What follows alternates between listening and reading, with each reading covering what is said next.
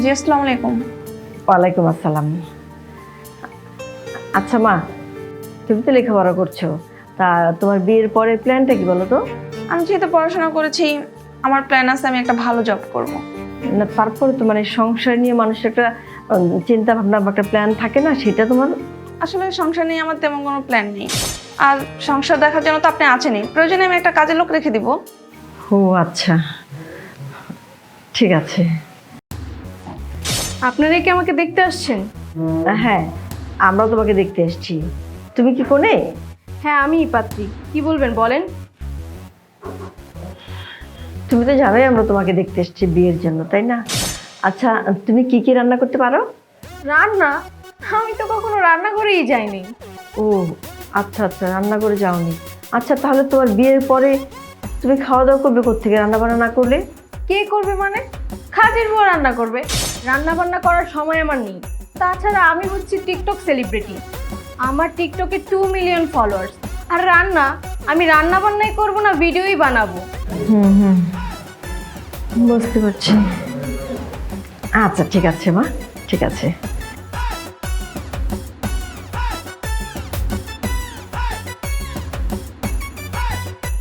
আসসালামু আলাইকুম। ওয়ালাইকুম আসসালাম। ইনি কি কোনে? হ্যাঁ, ও আমার বোন। এইভাবে মুখ ঢেকে রাখলে দেখবো কি করে? আহ, ও একটু পর্দা করে, পর্দাশীল, যার কারণে ও সবার সামনে মুখ দেখায় না। ও সবসময় বাসাতেই থাকে, আরও বের হলে পর্দা করেই বের হয়। ও সবার সামনে মুখ দেখায় না। মাশাল্লাহ মাশাল্লাহ, কিন্তু খুব ভালো। কিন্তু মা, তুমি এত বড় ঘুমটা দিয়ে রাখলে আমি তোমার মুখটা দেখবো কি করে? মুখটা যে একটু দেখতে যাচ্ছি। আপনি যদি আমাকে দেখতে চান তাহলে ওই পাশে পর্দার আড়ালে যেয়ে আমাকে দেখতে পারেন। আমি কোনো বেগানা পুরুষের সামনে আমার মুখ দেখাবো না। আচ্ছা মা, তোমাকে আমি কিছু প্রশ্ন করি। মানে তোমার যদি বিয়ে হয়, বিয়ের পরে স্বামী সংসার নিয়ে প্ল্যানটা কি একটু বলো তো? আমার সবসময় ইচ্ছে আমি আমার বিয়ের পরে আমি আমার শাশুড়ির খেদমত করব, আমার স্বামীর খেদমত করব। তারা যেন আমাকে তার মেয়ের মতো দেখে, আমি ওইভাবেই চলবো।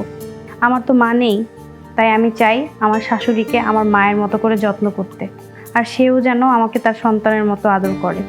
আমার ভুল হলে আমার ভুলগুলো ধরিয়ে দেয়। আর আমি চাই আমার স্বামীর সেবা করতে, আর আমার পরিবার সবাই যেন 5 ওয়াক্ত নামাজ পড়ে। এর জন্য আমি সবাইকে বলবো সব সময়। আর আমি চাই আমি সব সময় যেরকম পর্দা করে আসছি, সারাটা জীবন মৃত্যুর আগ পর্যন্ত এরকম পর্দায় থাকবো। মাশাল্লাহ মাশাল্লাহ, এ তো খুব ভালো কথা।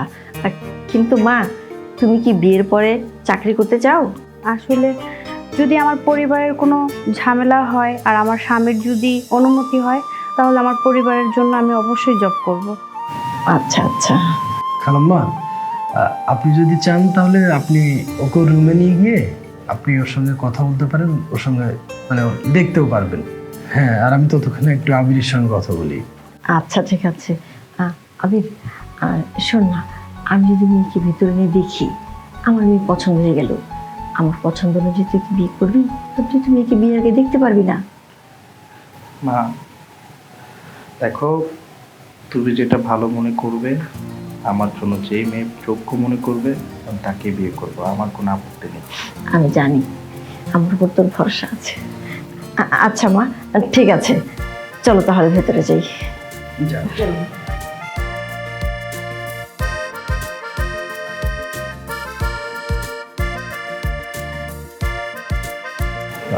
আবির, আপনি এখন কি করেন?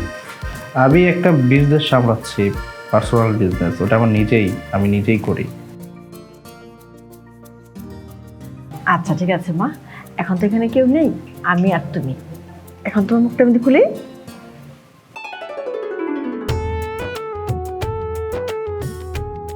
মাশাল্লাহ মাশাল্লাহ, তুমি অনেক সুন্দর, অনেক মিষ্টি একটা মেয়ে। আমি আমার ছেলের জন্য ঠিক তোমার মতো এমন মিষ্টি একটা বউ খুঁজছিলাম। তোমাকে আমার খুব পছন্দ হয়েছে। চলো আমরা ওখানে যে বসি।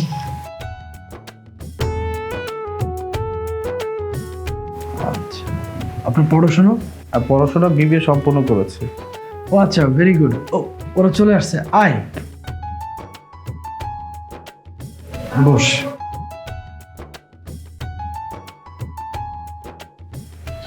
মাশাল্লাহ, মেয়ে অনেক সুন্দর, আমার খুবই পছন্দ হয়েছে। আমার বিশ্বাস তোরও খুব পছন্দ হবে। আমি যদি আজকে বিয়ের দিন তারিখ ঠিক করে ফেলি, তুই কি রাজি হবে? আজকে কিভাবে কি? আরে মেয়ে হাত ছাড়া করা যাবে না। সমস্যা নেই, তুমি যেটা ভালো মনে করো আমি তাতেই রাজি। আচ্ছা, এ মানে বলছিলাম কি, মেয়ে আমাদের খুব পছন্দ হয়েছে। মাশাল্লাহ, আমি যেমন মেয়ে চাচ্ছিলাম ঠিক তেমনটাই ধার্মিক মেয়ে পেয়েছি।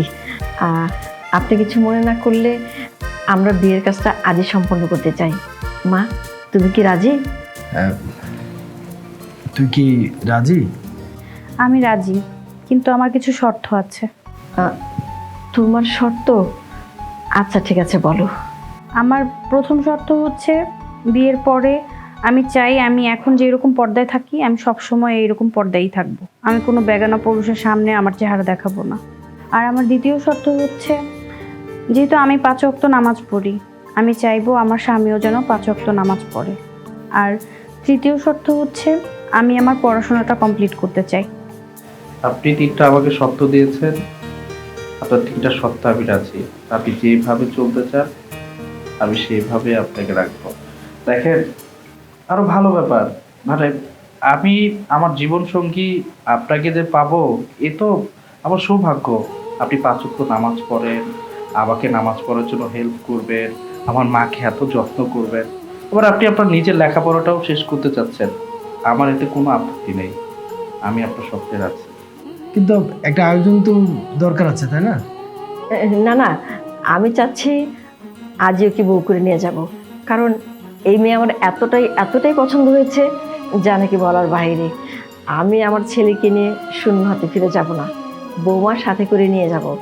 আপনি কিছু মনে না করলে কাজী সাহেবকে ফোন দেন, আমরা আজই বিয়ের কাজটা সম্পন্ন করতে চাচ্ছি।